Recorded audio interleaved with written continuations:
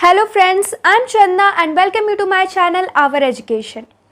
IAS बनने के लिए यूपीएससी हर साल सिविल सर्विस एग्ज़ाम कंडक्ट करती है।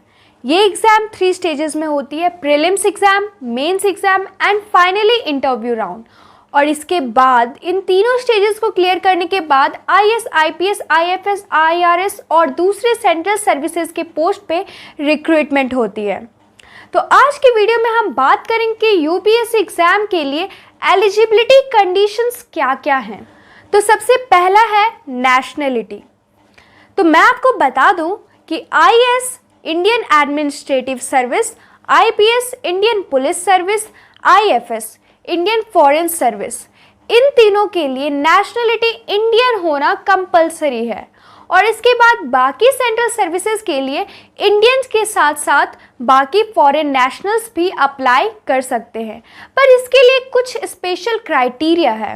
पहला, candidate must be a Indian और he can be a subject of Bhutan, Bhutan का रहने वाला हो, और he can be a subject of Nepal, Nepal का रहने वाला हो, या फिर टाइबेटियन जो 1 जनवरी 1962 से पहले भारत में स्थायी रूप से रहने के इरादे से आया हो, या फिर दूसरे देश के लोग जो भारत में स्थायी रूप से रहने के इरादे से आए हो, Sri Lanka, Burma, Uganda, Ethiopia, Vietnam और इन सभी देशों से आए हुए लोग जो भारत में स्थायी रूप से रहने के लिए आए हो, वो सभी इस एग्ज़ाम के लिए अप्लाई कर सकते हैं IAS, IPS, IFS के अलावा दूसरे पोस्ट के लिए।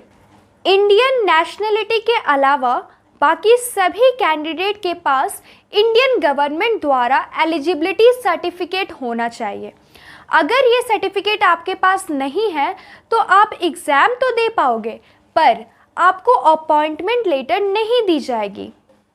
तो अब एज लिमिट की बात करते हैं। एज लिमिट 1 अगस्त से आपकी एज काउंट की जाती है। तो सारे कैटेगरीज के लिए एज लिमिट डिफरेंट होती है।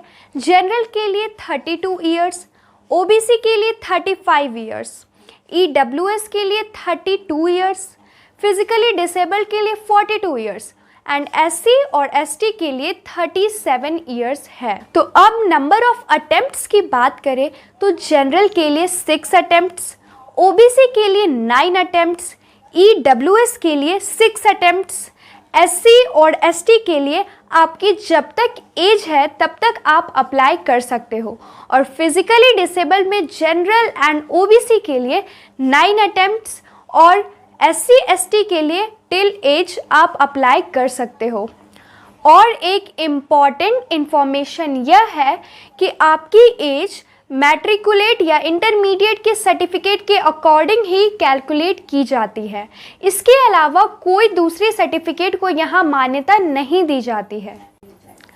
तो अब एजुकेशनल क्वालिफिकेशन की बात की जाए तो a candidate must hold a bachelor degree from any recognised university.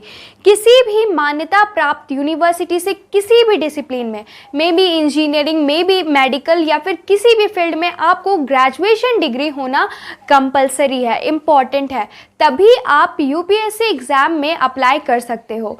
और जब आपकी प्रीलिम्स एग्ज़ाम हो जाती है उसके बाद फिर आपको एप्लीकेशन फॉर्म के साथ अपनी मार्कशीट भी यूपीएससी को सबमिट करनी होती है, फाइनल ईयर की मार्कशीट।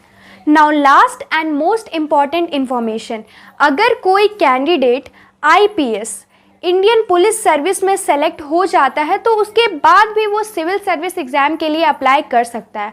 पर अगर कोई candidate IAS Indian administrative service या फिर IFS इंडियन फॉरेन सर्विस में सेलेक्ट होता है तो फिर वो सिविल सर्विस एग्ज़ाम के लिए अप्लाई नहीं कर सकता है। आई होप आपको ये सारे इन्फॉर्मेशन यूज़फुल लगे होंगे। तो कमेंट बॉक्स में कमेंट करके ज़रूर बताना कि आपको ये इन्फॉर्मेशन कैसा लगा, और अगर कोई भी डाउट हो तो आप कमेंट सेक्शन में पूछ सकते हो।